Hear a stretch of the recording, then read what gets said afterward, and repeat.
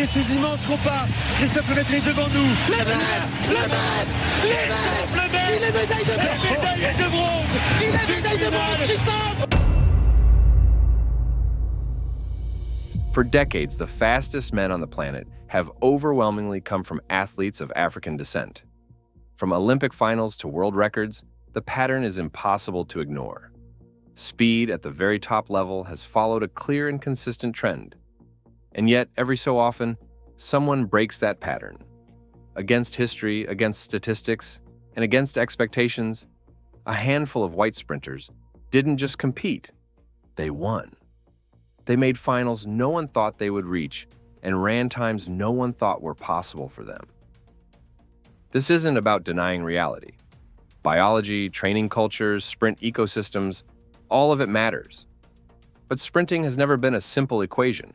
It's timing, psychology, mechanics, obsession, and the rare ability to execute perfectly when it matters most. And these athletes found a way to align all of it. Some were written off before they ever stepped onto the track. Others were dismissed as anomalies, one-offs, accidents, exceptions that proved the rule. But exceptions repeated often enough start to tell a story of their own. This video is about those stories. The white sprinters who defied the odds, who stood on the same start lines under the same pressure and ran into history anyway. Not by changing the rules, but by unlocking something people believed was impossible.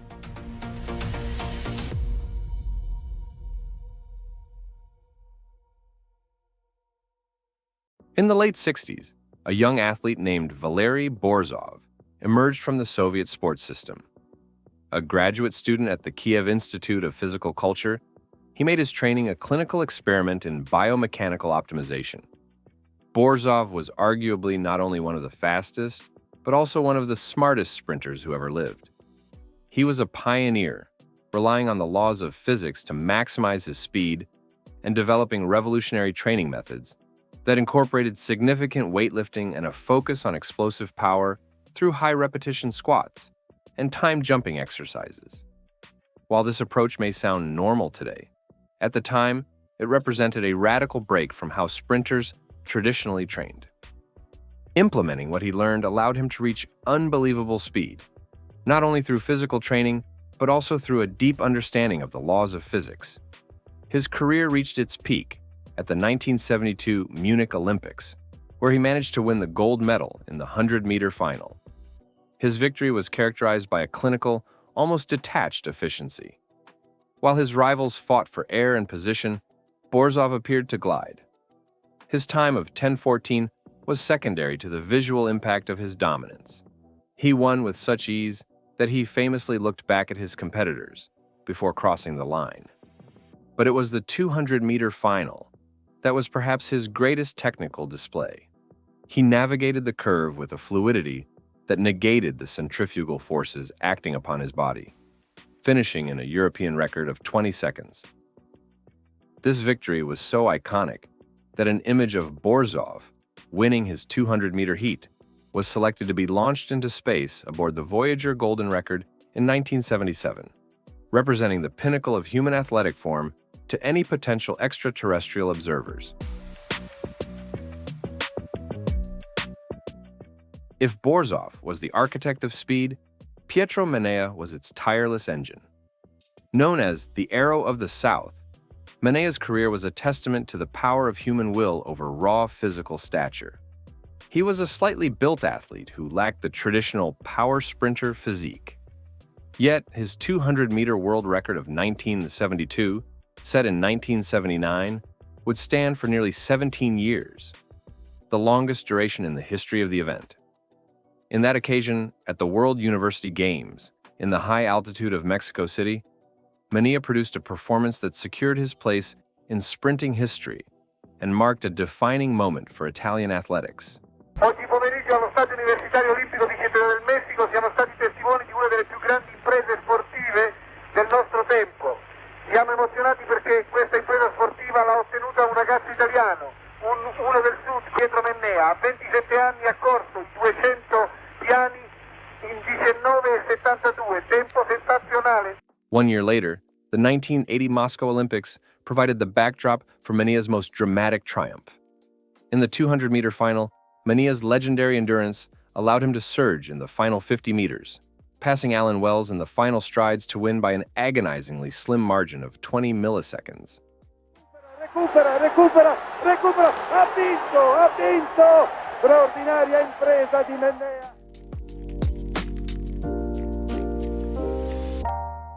Allan Wells of Great Britain built his reputation on pure, explosive power. A late bloomer who didn't reach the international stage until his mid-20s, he began his athletic career as a long jumper before turning to sprinting. Known for his independent approach, Wells famously avoided starting blocks for most of his career, convinced they interfered with his natural explosive ability. In the 100-meter final of the 1980 Moscow Olympics, Wells faced off against Cuba's Silvio Leonard. In a photo finish that tested the limits of technology, both men were clocked at 10.25 seconds. The gold was awarded to Wells by mere inches, making him the oldest Olympic 100-meter champion at the time, at the age of 28 years and 83 days. In 1981, he claimed the 200-meter title at the IAAF Golden Sprints, crossing the line in 20.15 and beating the top 4 American sprinters, along with Canada's Ben Johnson. Weeks later, he won the 100 meters at the IAAF World Cup in Rome, finishing ahead of none other than Carl Lewis. Wells's legacy has been contested by modern investigations.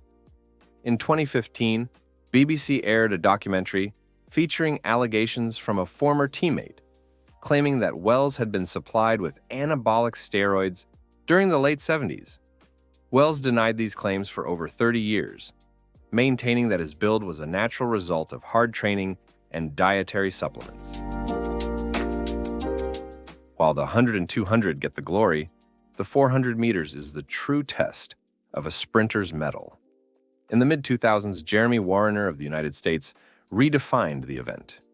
A skinny kid from Texas with a penchant for wearing sunglasses during races, Wariner was a prodigy of the legendary coach Clyde Hart at Baylor University. Dominant run at the 2007 Osaka World Championships, clocking 43.45, a time that made him the 3rd fastest man in history at that point. His career was defined by a fierce rivalry with countryman LaShawn Merritt. After years of dominance, Wariner was upset by Merritt at the 2008 Beijing Games. Despite the setback, Wariner's legacy as a 3-time Olympic gold medalist and a model of consistency is secure. The story of Konstantinos Kenteris is perhaps the most polarizing in the history of European athletics. A virtually unknown athlete who had only moderate success in the 400 meters, Kenteris switched to the 200 and produced a 3-year stretch of dominance that left the world questioning the limits of human improvement. At the 2000 Sydney Olympics, Kenteris stunned the field by winning the 200-meter gold in 20.09 seconds. He proved this was no fluke by winning the 2001 World Championship and the 2002 European Championship, completing a historic treble of major titles. In Greece, he became a modern-day god, but his fall was as rapid as his rise. On the eve of the 2004 Athens Olympics, where he was the favorite to light the Olympic cauldron, Kenteris missed a mandatory drug test. Shortly after, news broke that he had been hospitalized following a motorcycle crash. A subsequent investigation by Greek authorities concluded that the accident had been staged to avoid the testers. But once the period of the games began, the IOC did some out-of-competition testing, and they were on the list. And they asked somebody to find them and test them. Every time they went somewhere where they were supposed to be, they weren't there. They were advised to provide a sample, and they disappeared. That's a problem. Kenteris withdrew from the Games, received a 2-year ban for 3 missed tests, and never competed again. While he never technically tested positive for a specific substance, the circumstances of his departure cast a permanent shadow over his out-of-nowhere dominance. Dafne Schippers' transition from world-class heptathlete to elite sprinter is one of the most remarkable stories of the modern era. Standing at 1.86 meters, among the tallest female sprinters in history, she began her career as a heptathlete, quickly establishing herself as one of Europe's top young all-around athletes. In 2011, at the World Championships in Daegu, she broke the Dutch national record in the 200 meters during the heats, running 22.69. In 2014, her transition towards sprinting became increasingly evident. At the Hypo meeting in Gutsis, she ran 22.35 in the 200, one of the fastest times ever recorded within a heptathlon.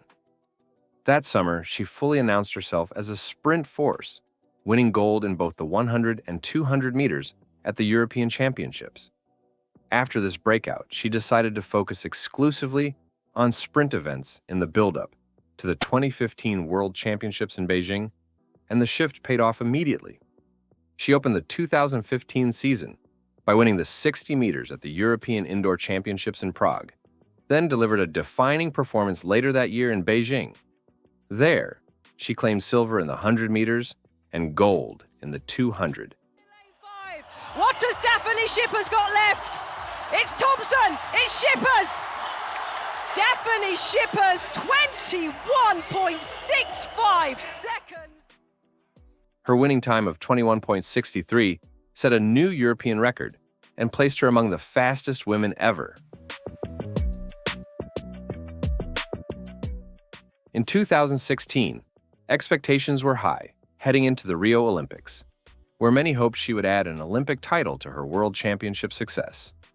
Instead, she finished fifth in the 100 meters and took silver in the 200. Visibly frustrated by falling short of gold, she made it clear afterward that second place was not the outcome she had come for. Ramil Guliyev was a true teenage prodigy. He emerged on the European stage as a teenager in 2009, winning gold in the 200 at the European Junior Championships. Later that same year, he lined up at the World Championships in Berlin and finished 7th in the 200 meters at just 19 years old, on the very night Usain Bolt rewrote history with his world record.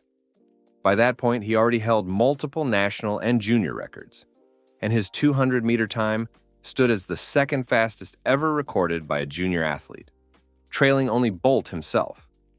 In 2011, his career took a complicated turn.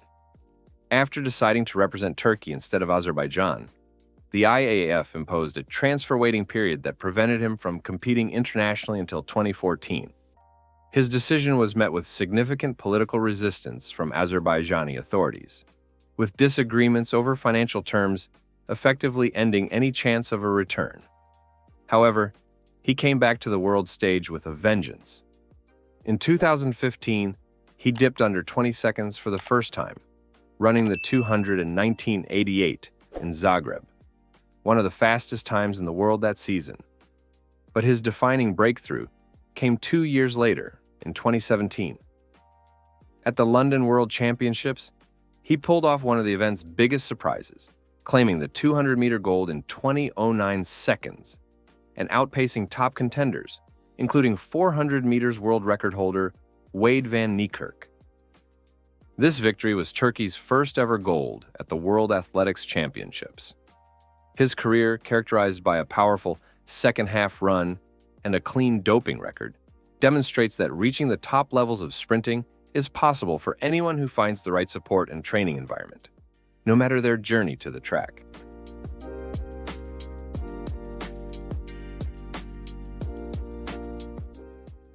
In 2010, the 10-second barrier for white sprinters finally fell. The man who broke it was a shy, unassuming French teenager named Christophe Lemaitre. He is widely considered as the greatest European sprinter in history. His achievements include multiple European championships and Olympic medals. On July 9, 2010, Christophe made history by becoming the first man of purely European descent to break the 10-second barrier in the 100 meters, clocking 9.98 seconds at the French National Championships. Retour de Christophe Lemaitre, Jimmy Vico, Lemaitre Vico est l'arrivée, 9,92. In doing so, He also shattered the French national record of 9.99, which had stood since 2005. Just a day later, at the same championships, he equaled the French national outdoor record with a time of 20.16. That record stood for nearly 23 years, dating back to 1987. At the 2010 European Championships, he solidified his status as the best sprinter in Europe by winning gold in the 100 meters with a time of 10.11 seconds. Allez Christophe Lemaitre, mon garçon! Oui, tu vas le faire! Tu vas le faire! Tu es champion d'Europe! The very next day, after cruising through the heats and semi-finals of the 200 meters, he claimed his second European title. In a thrilling final, he edged out Great Britain's Christian Malcolm by just 10 milliseconds. Tu peux le faire! Tu peux le faire! Tu vas le faire! Tu vas! Yes! In 2011, he continued to break new ground outdoors. On June 7th, he broke his own national record in the 100, running 9.96 seconds. Just 11 days later, at the European Team Championships in Stockholm, he lowered it again, clocking 9.95.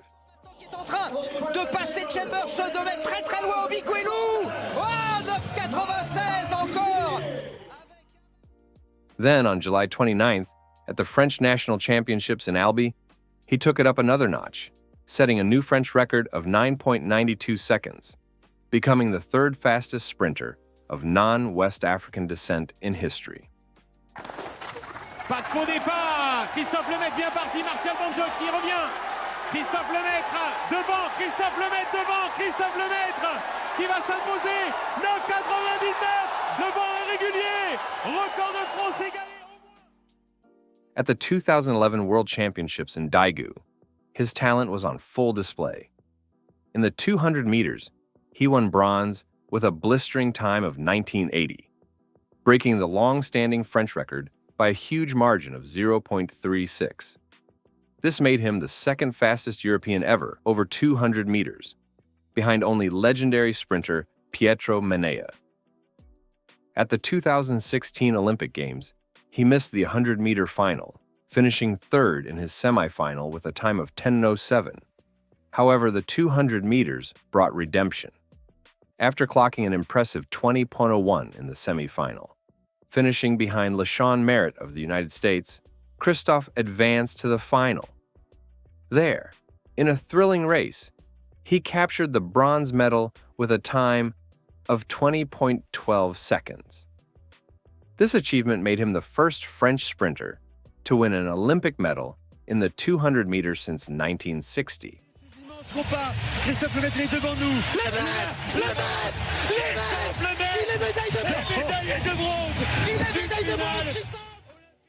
Biomechanical research into Lemaitre's sprinting revealed that while his reaction times were average, his theoretical maximal horizontal velocity and horizontal power output were among the highest ever recorded. His style was unique. He rose upright very early in the drive phase, yet still had an extra gear in the final 40 meters, a combination that was likely the key to his remarkable success against world-class competition.